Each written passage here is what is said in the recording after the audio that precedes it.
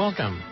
This is Dr. Michio Kaku, Professor of Theoretical Physics at the City College and the Graduate Center of the City University of New York. And this is Exploration.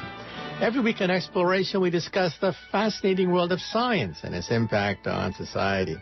And today, once again, we're going to answer some of the emails that I get. And first of all, I apologize to those people whose emails I cannot personally answer. I simply get too many of them. However, as a consequence, I like to answer them in groups. And here are some of the questions that have been coming in for the new year. First of all, the weather. The weather seems to be going berserk with the polar vortex. So first of all, what is the polar vortex anyway? And what's the relationship to the greenhouse effect, if any? And one question I get is, well, many people are too embarrassed to admit it, but what is the greenhouse effect anyway, and how does it come about?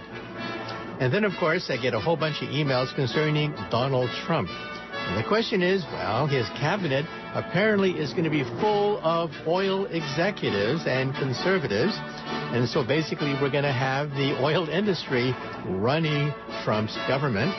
And the question is, what does that mean for solar and wind and renewables? The good news and the bad news. And you'd be surprised to realize that much of the momentum that's been generated over the last decade is in some sense irreversible.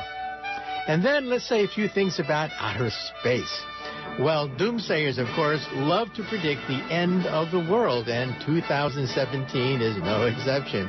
Sure enough, some people are saying that this fall, watch for it, Planet X.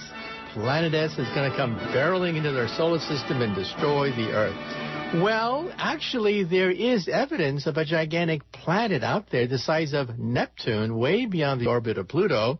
And is that Planet X, or is that just wishful thinking of would-be prophets?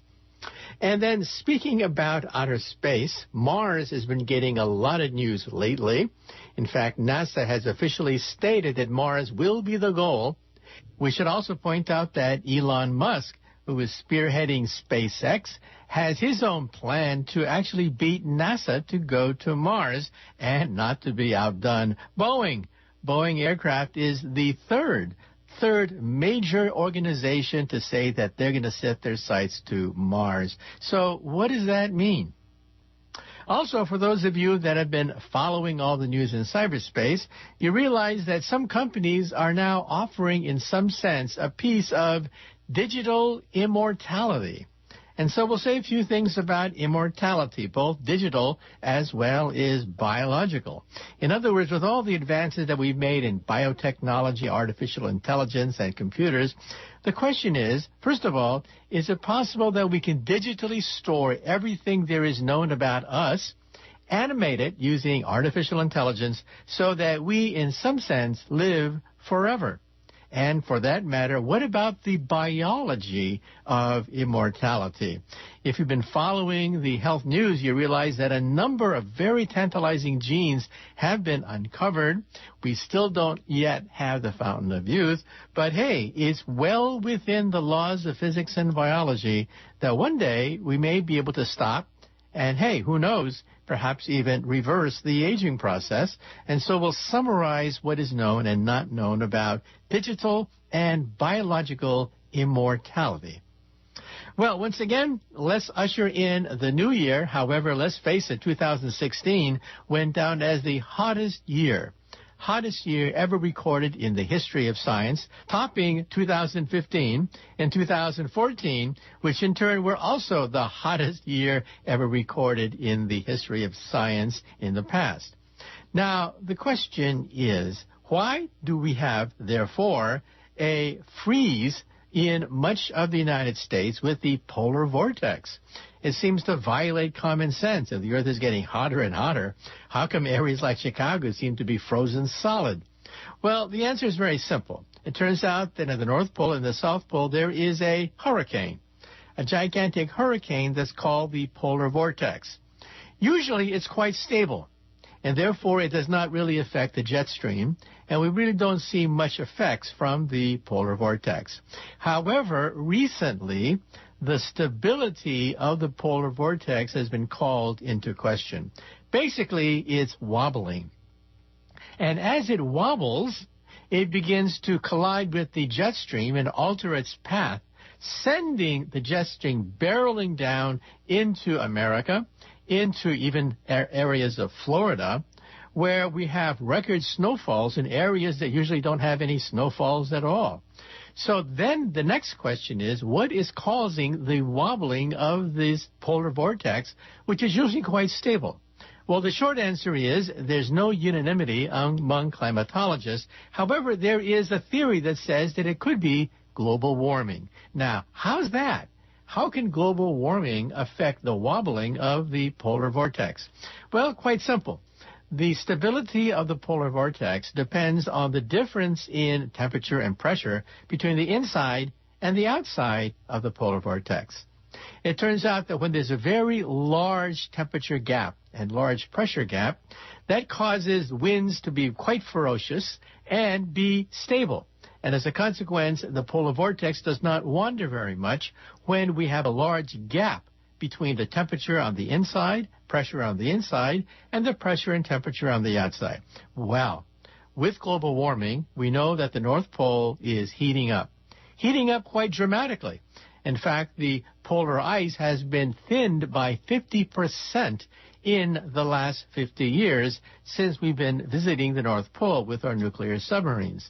50% decrease in the last 50 years. That's amazing. 1% per year, meaning that some of us will live to see when there is no North Polar region at all. Now, this means that the gap in temperature and pressure between the inside and the outside is lessening. As a consequence, that causes the winds to be less ferocious surrounding the polar vortex, causing it to wobble. And even though computer simulations seem to indicate that that's what's happening, there's no unanimity yet among climatologists. So in other words, the leading theory is that it is global warming. It's not accepted by everybody yet. But the fact that the gap between the inside and the outside of the polar vortex in terms of temperature and pressure has been lessening because of global warming seems to indicate that, yes, it is global warming that is causing the polar vortex to wander over the American Midwest as the jet stream goes bananas. So then the next question is, well, we've heard a lot about global warming and greenhouse effect, but quite a few of you out there are quite embarrassed to admit that you really don't know why there is a greenhouse effect. I mean, what is the science behind the greenhouse effect? Well, we've all seen greenhouses. Greenhouses, even in the middle of winter, can be quite warm, even though outside things could be frozen. You also know that if you leave a dog, for example, in your car in summertime, you have to be very mindful of the dog because it's going to heat up. The inside of the car is going to heat up. Why is that? Because glass can trap sunlight. Here's how it works. Ordinary visible light from the sun can go right through glass. Glass is invisible when it comes to sunlight. However, when sunlight then hits the upholstery of your car or the inside of a greenhouse, it loses energy. It turns to infrared radiation. So it goes from visible light, losing energy, to infrared light. That is heat radiation. But infrared does not go through glass very well. So in other words, what goes in does not necessarily go out. And so the greenhouse effect is sort of like a roach motel. Sunlight checks in, but infrared does not check out. Therefore, the inside of your car heats up in summertime. It also means that if you have a greenhouse, you can have warm temperatures inside a greenhouse in the middle of winter without heating your greenhouse at all. And it also means that the Earth itself is heating up.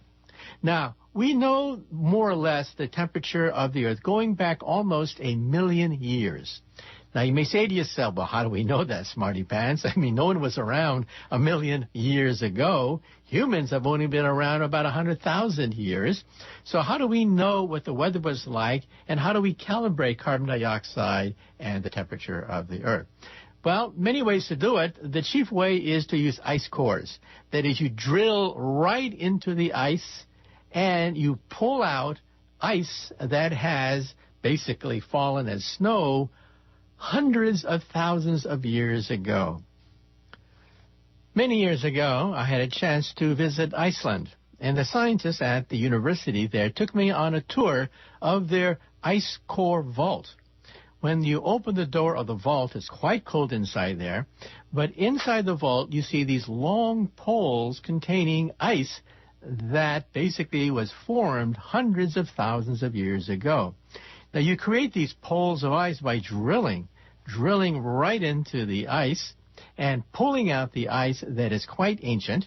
And then when you open up the poles, when you open these long rods, what you find is layers of soot, stripes basically. Each stripe in turn corresponds to volcanic ash that in principle was laid down, for example, by volcanoes. Since we know the date of these volcanic eruptions quite well, we can actually date the ice cores this way. Quite amazing.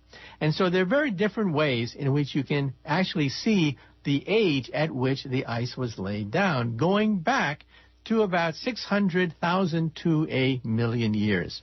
What we find is quite revealing. We find that the carbon dioxide level and the temperature go up and down together like a roller coaster, a pair of roller coasters. So in other words, when the carbon dioxide level goes up, temperature goes up as well. And from this, we can actually see some rather interesting phenomena. We realize that the temperature of the Earth is rather unstable. That is, 10,000 years ago, we had the end of the last ice age, and temperatures have been more or less heating up for the last 10,000 years since the end of the last glaciation. However, in the last 50 to 100 years, there's been a spike, a rise that cannot be explained by the normal ebbs and flows of the weather. And that's where human intervention comes in. In fact, computer modeling verifies this. If you take a look at computer models, and you inject more carbon dioxide into the atmosphere, the temperature rises. In fact, if you insert the amount of carbon dioxide that's been sent into the atmosphere because of the Industrial Revolution, you find an exact correlation. So you can actually, quote, predict the past. That is, we know what it was, we know what the temperatures were like after the Industrial Revolution, and in a computer program, we can artificially put in the last 100 years, an excess of carbon dioxide, and bingo, we get a rise in temperature that matches the current spike in the rise of the temperature. So almost all climatologists would say that, yes, without question, everybody believes that the climate is warming up. There is global warming. Now, the debate may arise on the question of what drives it. But among scientists with 90% confidence, scientists believe that it is human intervention that is causing the recent rise in temperature, which is not part of the rise in temperature since the end of the last ice age. Now, then the next question is, well, what is Donald Trump going to do about this? Well, if you look at the picks for the cabinet, you may basically roll your eyes into the heavens and say, whoops, well, I guess the oil companies will be controlling environmental policy for the United States. Well, yes and no. Some climatologists are saying that the momentum built up in the last 10 years, some of it cannot be stopped even by the President of the United States. Now, here's the reason why. First of all, economics. We have many states of the Union which have bet on solar and wind, and that momentum is not going to suddenly change just because there is a new president of the United States. Second, the technical aspect of solar and wind is also changing. The simple question is, why don't we have solar and wind competitive with oil? Well, one of the chief reasons is not what you think. It's not the efficiency of solar cells and so on and so forth. One of the main bottlenecks preventing the mass production of large amounts of solar and wind power is storage. That is the battery. You have a problem when the sun doesn't shine and the wind don't blow. You simply don't generate much electricity at all. And also, the utilities have a problem because they have to match peak summer and peak winter demand. That means that utilities have to spend more money creating excess capacity so that come peak summer and peak winter, they're able to meet the demand of the consumer. Now, the bottleneck is storage, that is, the battery. We need a cheap battery that can supply energy when the sun doesn't shine and the wind doesn't blow and you're not at peak summer and peak winter. The good news is, finally, after 100 years of negligence, inventor after inventor, company after company are investing millions of dollars to increase the power, efficiency, and storage of your battery. 100 years ago, Thomas Edison and Henry Ford were rivals and friends. They actually took vacations together, and they made a bet. What would energize the future? Henry Ford, of course, bet on oil and gas, and Henry Ford bet on the battery. Well, we all know who won the bet. It was Henry Ford. And some people are saying that maybe the last laugh belongs to the descendants of Thomas Edison. Because now, with so many inventors and corporations dumping resources into the battery, we're beginning to see that battery prices are dropping at around 7% a year. That's astronomical. In other words, batteries of the future are going to be cheaper and more efficient and may be able to meet the demands of solar and wind enthusiasts and states which are betting on solar and wind. In fact, Elon Musk of SpaceX and Tesla Motors is betting on it. He set up a special division to produce a super battery that can, in fact, make solar and wind power economical so that you can store the energy for times when the sun doesn't shine and the winds don't blow, and utilities can store electricity so that they don't have to meet peak summer and peak winter demand. And so the good news is that a tremendous amount of momentum has been generated, and many people believe that the main bottleneck to solar and wind power was not basically the bungling of an administration, but the bottleneck was storage. And that storage, we think, can be solved in the coming years. Also, let's say a few things about outer space.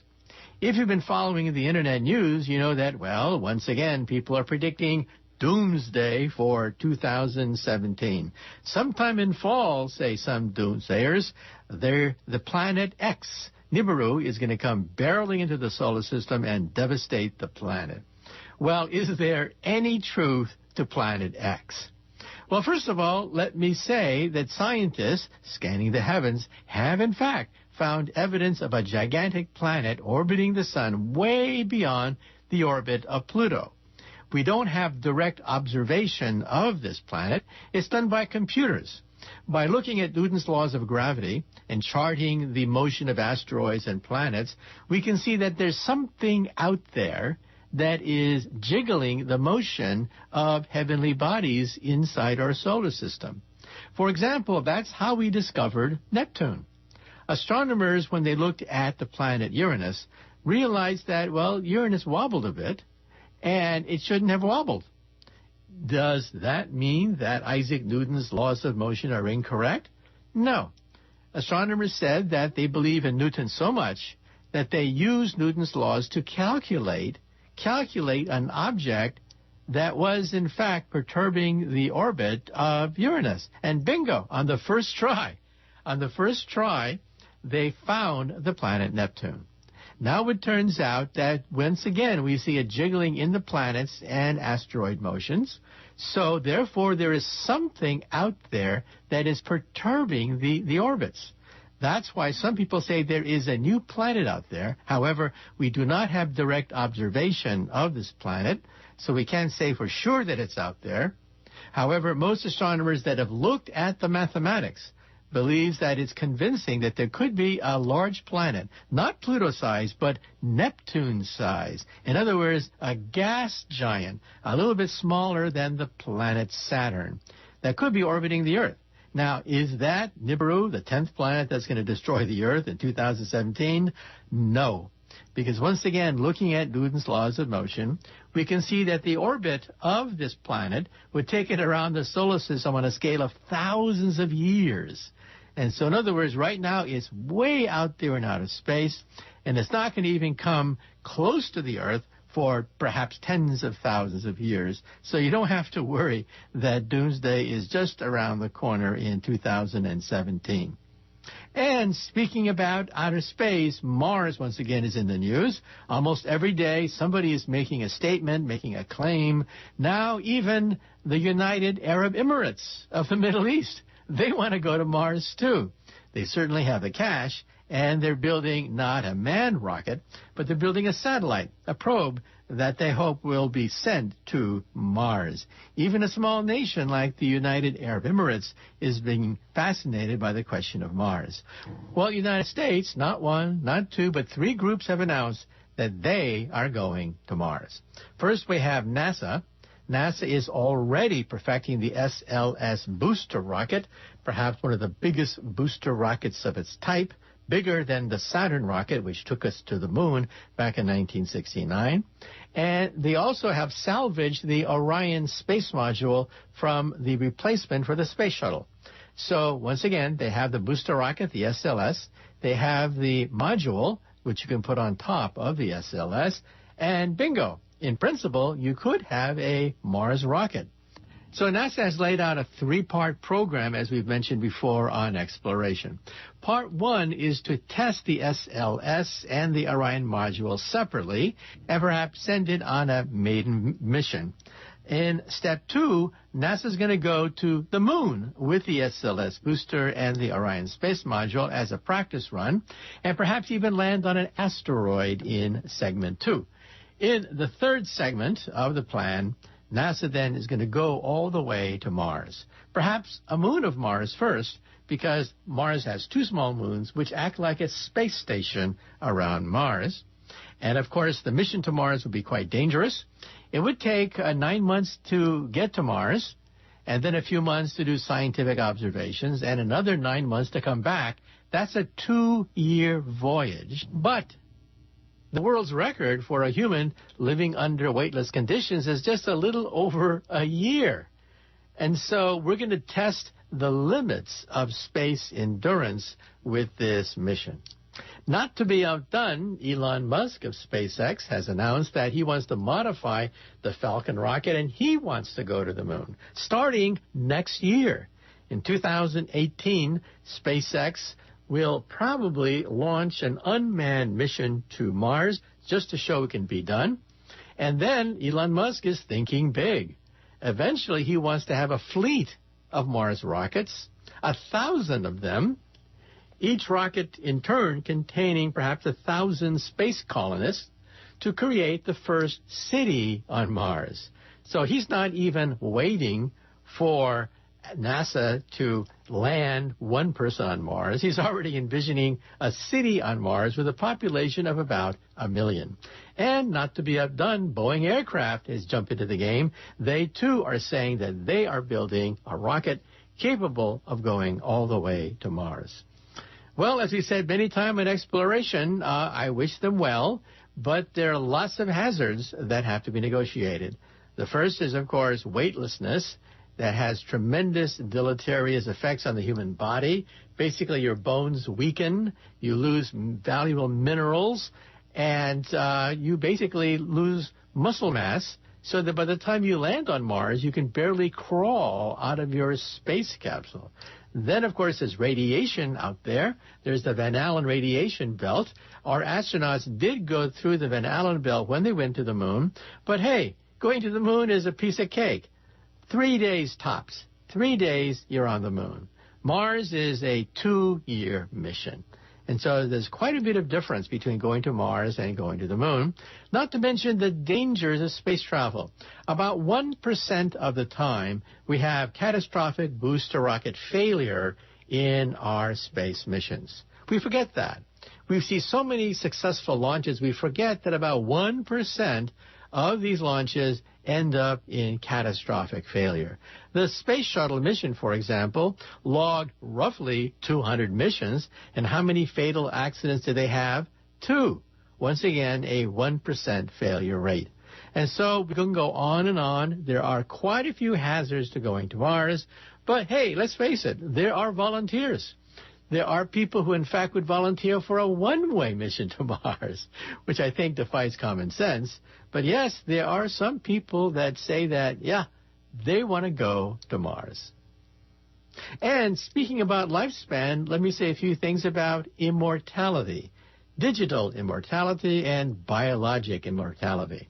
Well, years ago, scientists would simply roll their eyes whenever someone mentioned the fountain of youth or reversing the aging process or immortality in any shape or form. Not anymore. We realize that billions of dollars, not thousands, not millions, but billions of dollars will be allocated and are being allocated for aspects of understanding the aging process and essentially creating immortality. Already, some companies have advertised a digital form of immortality.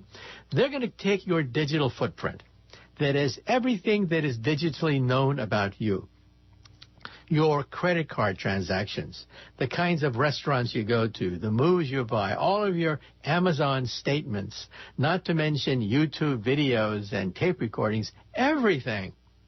And use artificial intelligence to homogenize it, smooth it out, and create a crude version of you. That's right. So, in other words, in the future, when you go to the library, there'll be a separate section of the library for souls, a library of souls.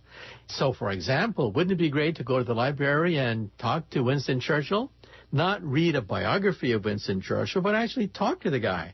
That is, with today's technology, we can assemble all the videotapes, all the transactions, everything known about Winston Churchill to create a holographic image that, of course, is a little bit cartoonish, but a holographic image that can talk to you.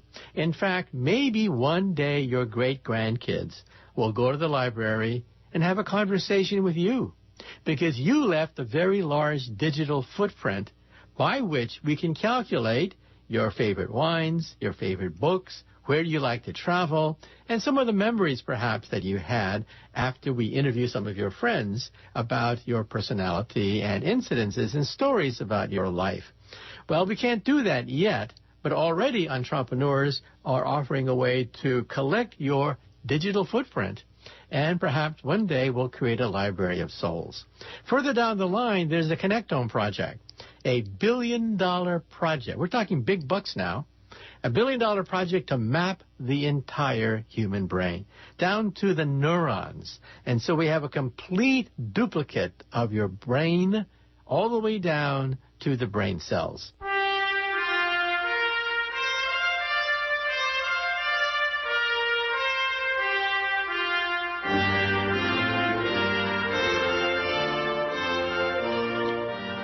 Well, that's it for the first part of exploration. Now, in the second part of exploration, instead of talking about digital immortality, we'll talk about biologic immortality and how far are we from one day getting the fountain of youth. And with us today is Professor Jay Olshansky, who's an authority on the human aging process, to talk to us about what it would take to one day perhaps modify our genes, perhaps create a potion of enzymes by which we may be able to stop the aging process.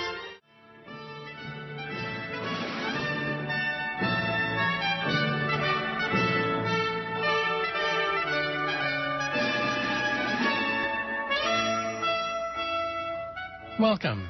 Once again, this is Dr. Michio Kaku, Professor of Theoretical Physics at the City College and the Graduate Center of the City University of New York, and this is the second half of Exploration.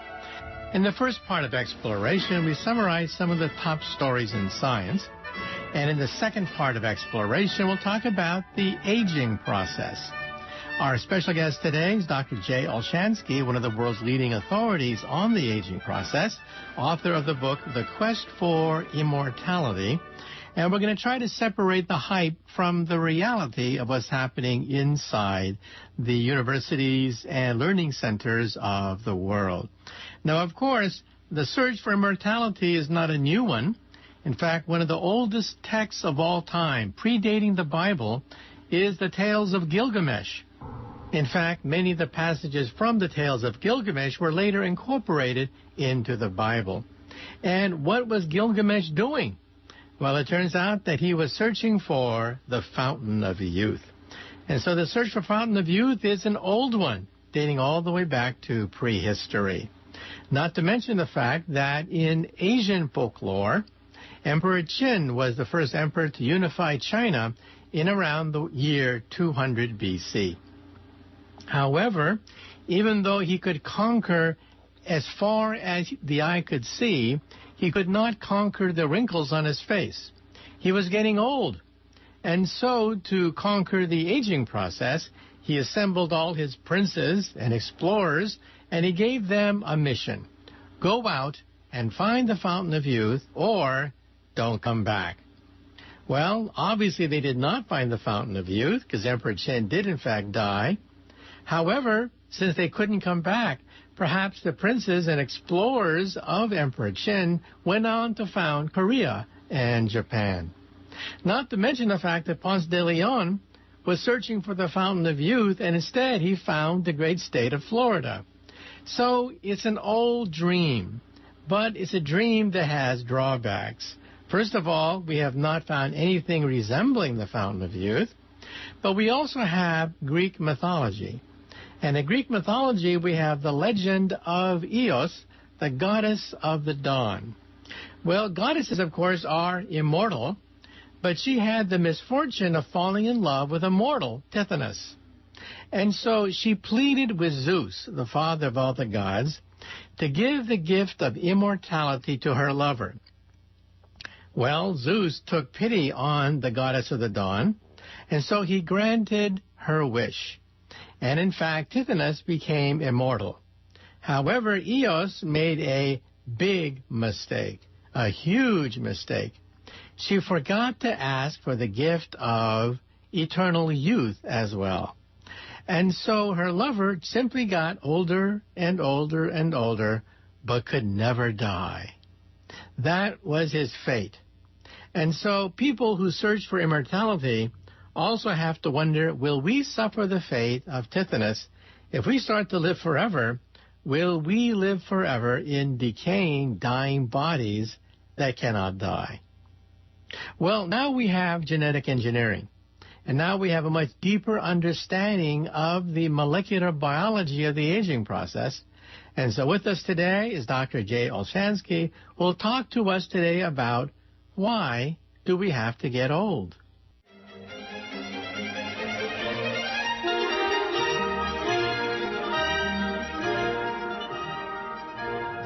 And now I'd like to bring on our special guest for today. We're very delighted to have with us Professor S.J. Olshansky.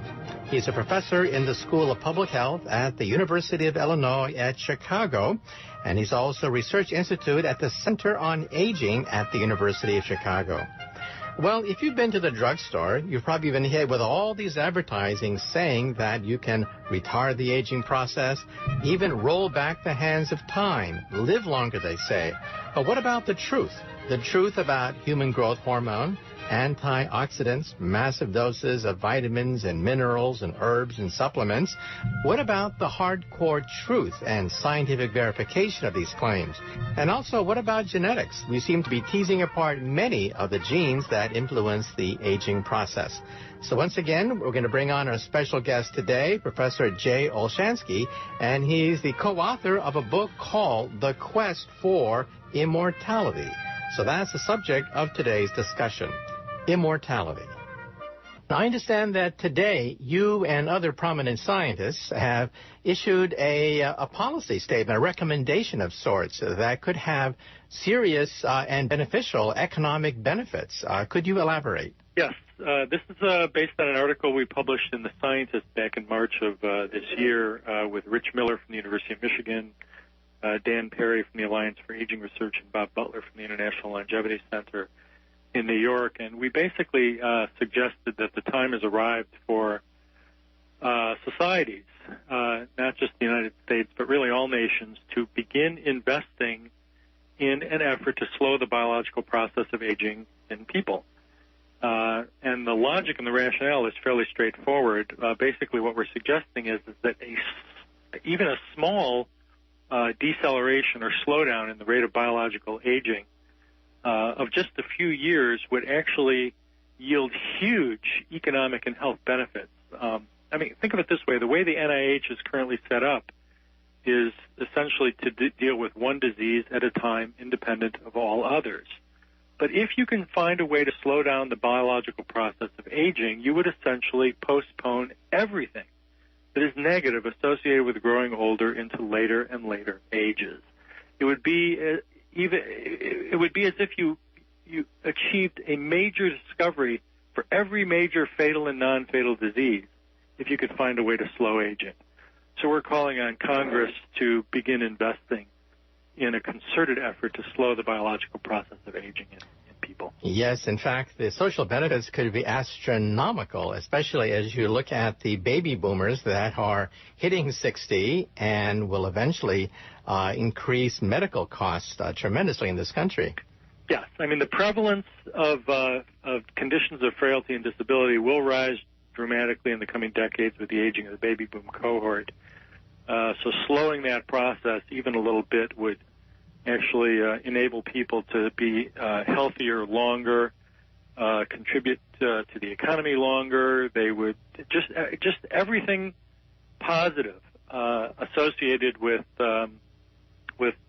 aging. There are positive things associated with aging would be extended.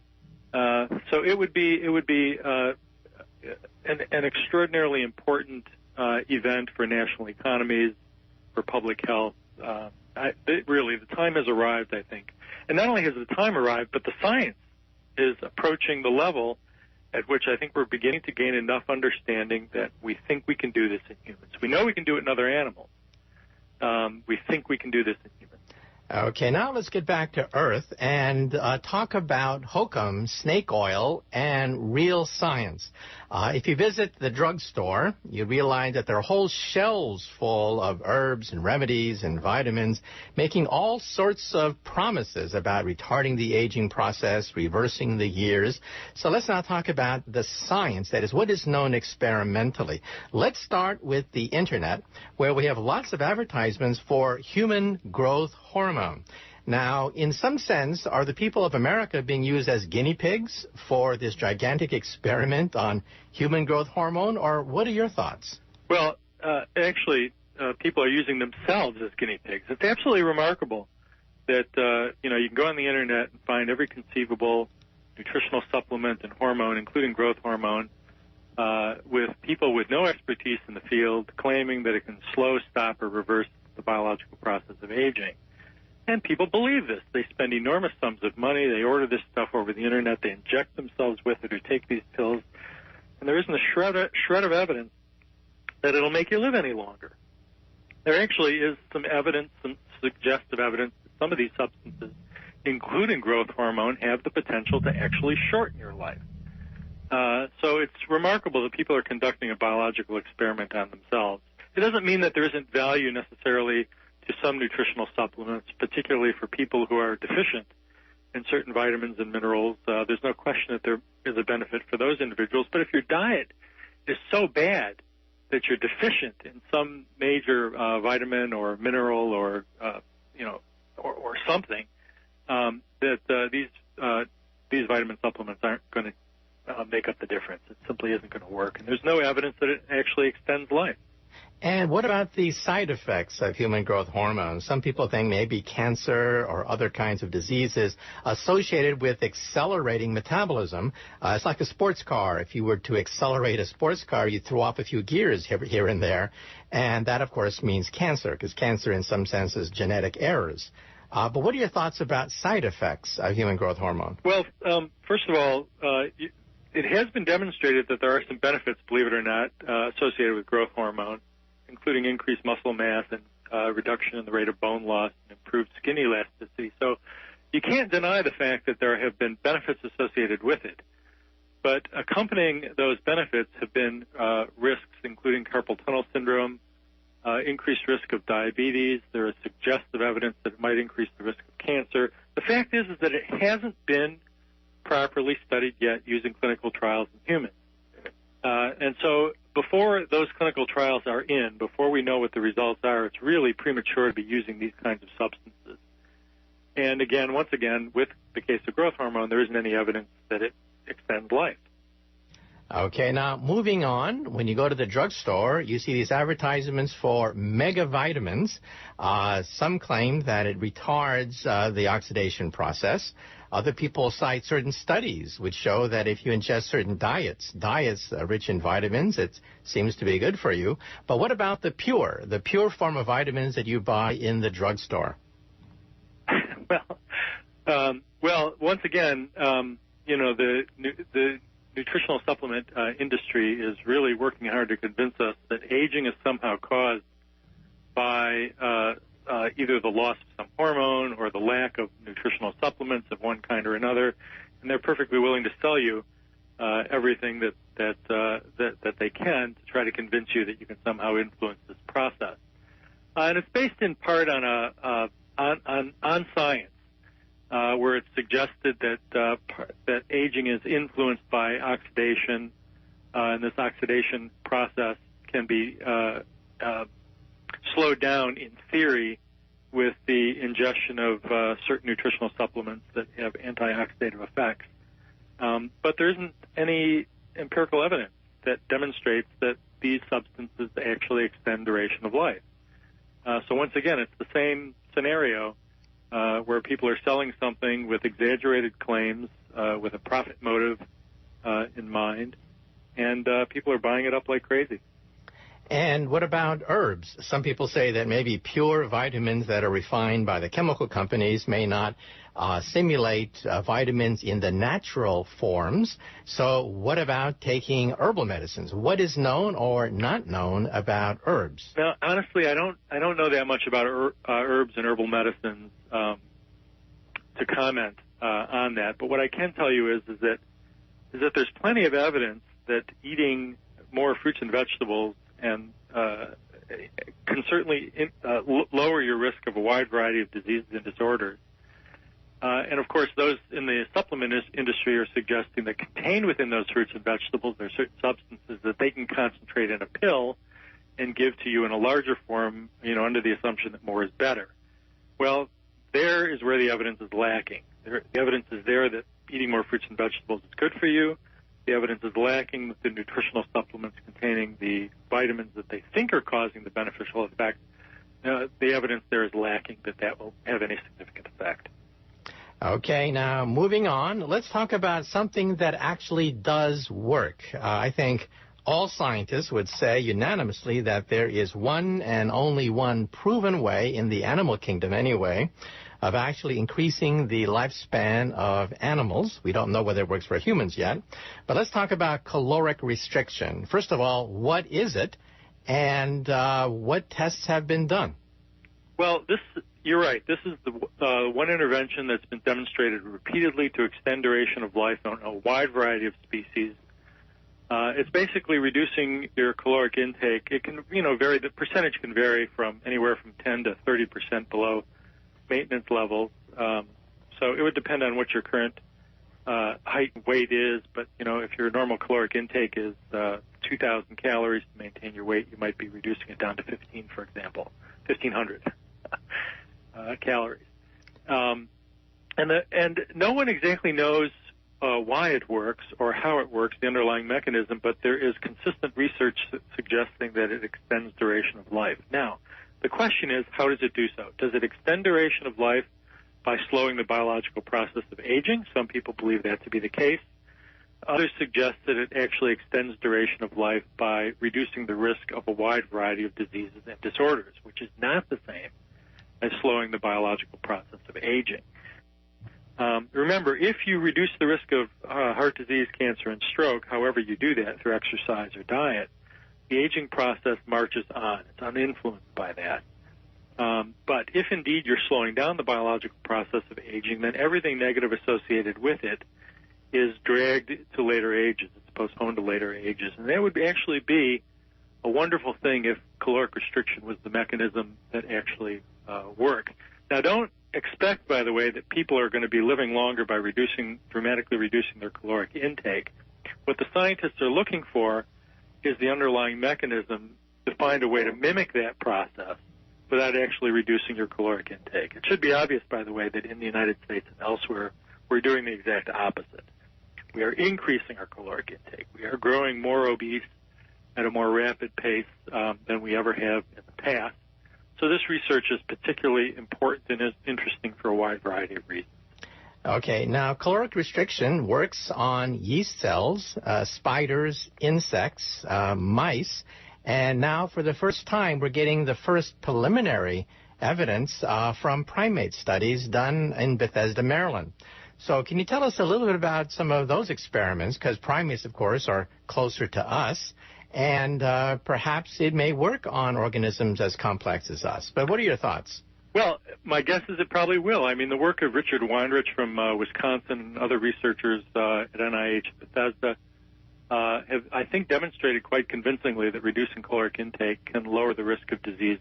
Probably it will extend duration of life. We have to wait for these animals to live long enough to determine whether or not that's going to be one of the consequences. But there are a couple of problems here. In some of the earlier studies, you need to remember that the control animals that were used in the caloric restriction studies were fed ad libitum, meaning they had as much food as they wanted, which is sort of like us.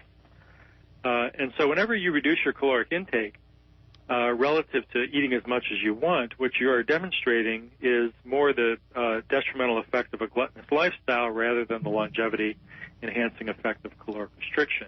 So you have to be careful on how you interpret that. Now, in more recent studies, the control animals are not fed ad libitum. They are fed really more of a maintenance diet. And you're not seeing quite the large differences in duration of life in these two populations when you do it that way. Nevertheless, you do see reductions in the risk of a wide variety of diseases and disorders, and we would all be better off if we reduced our caloric intake. Whether it would work in humans at the level that we see in these other species, I think is highly questionable. And there's a real concern when, for example, you extend the duration of life of a fruit fly or a roundworm nematode by 3, 4, or 5-fold. It's real tempting for researchers to then multiply the human life expectancy by 3, 4, or 5 and suggest that the same effect, if it occurred in humans, would make us live hundreds and hundreds of years. My guess is we wouldn't see anywhere near that kind of magnitude, increase in magnitude and duration of life in humans. But if we could, live healthier longer for just, an extra 5 or 10 years, that would be huge. Okay, now I understand that the animals that have been studied seem to be a little bit lethargic because they have such a restricted diet.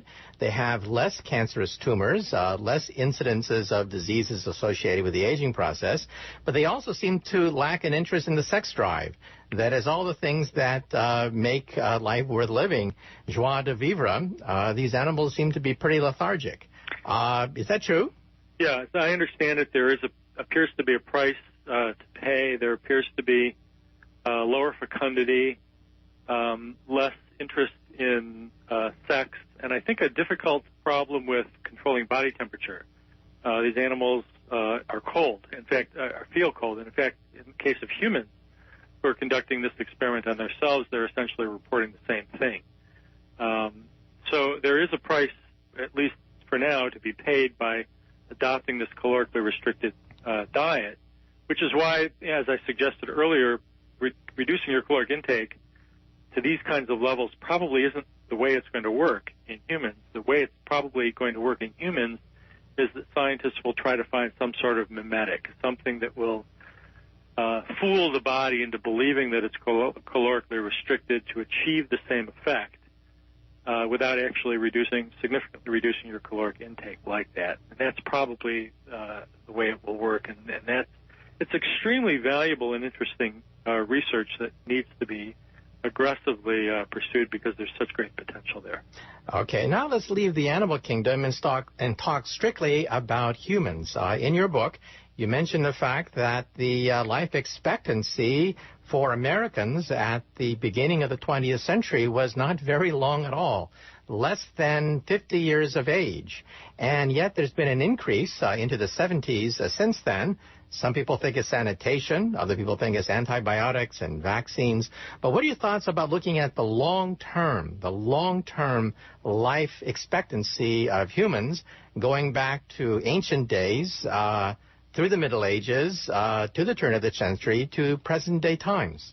Well, going back to ancient times, there's evidence to suggest that life expectancy, for example, during the time of the ancient Egyptians, was probably somewhere in the 20s.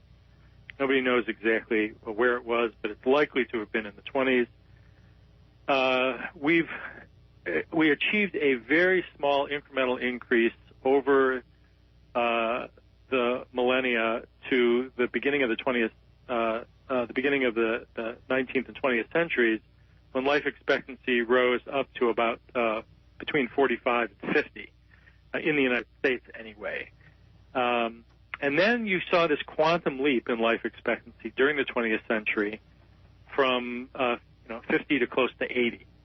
And that was largely attributable to dramatic reductions in early age mortality, infant, child, and maternal mortality, principally as a result of sanitation, public health, refrigeration, foods, and so forth. It's, the introduction of antibiotics occurred after most of the declines in the death rates occurred at younger ages and contributed relatively a small amount to the rise in life expectancy in the 20th century.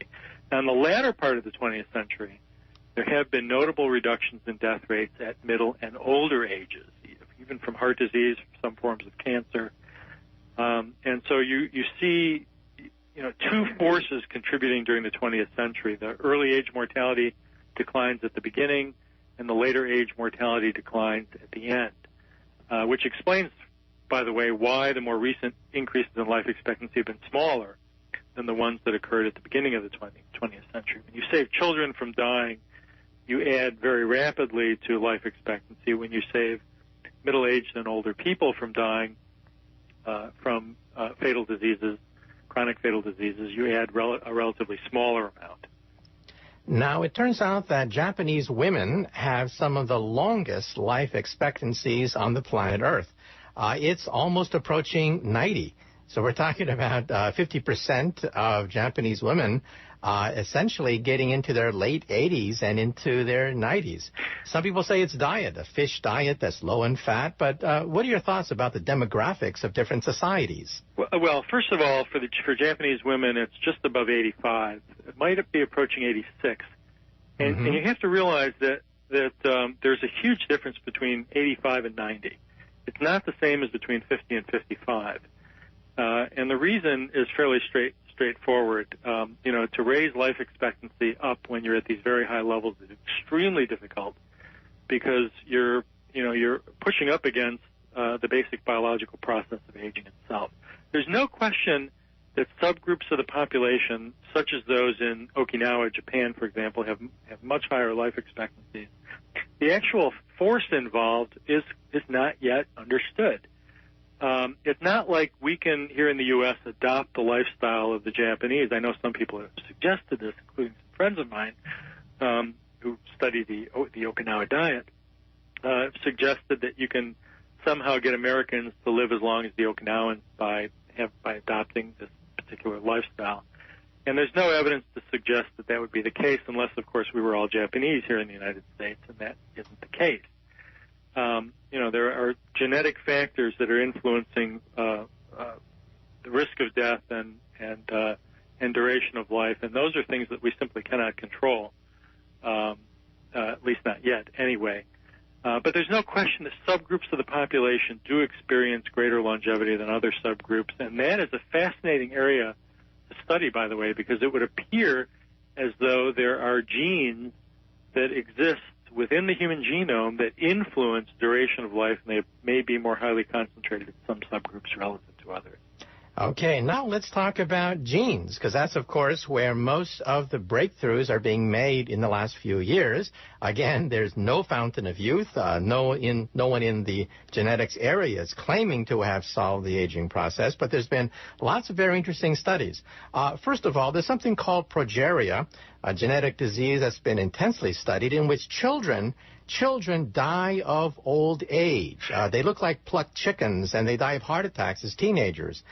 Could you elaborate on that very strange disease? Well, it appears on this, progeria appears on the surface anyway to be a phenomenon of accelerated aging, but there's evidence to suggest it is not. There are lots of things that don't occur in these children that occur in the aging phenotype of individuals who actually do make it out to older ages. So I would be cautious about thinking of progeria as accelerated aging.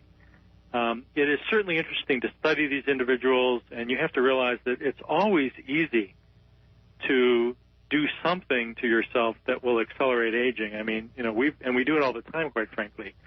And one of the arguments that I've made for many years is that the only control we have over the duration of our life is to shorten it. And we exercise that control all the time when we adopt lifestyles that are, where we expose ourselves to the sun, or we don't exercise, or we smoke cigarettes, or use drugs. These are the kinds of things that can make us die at much younger ages than would otherwise be the case.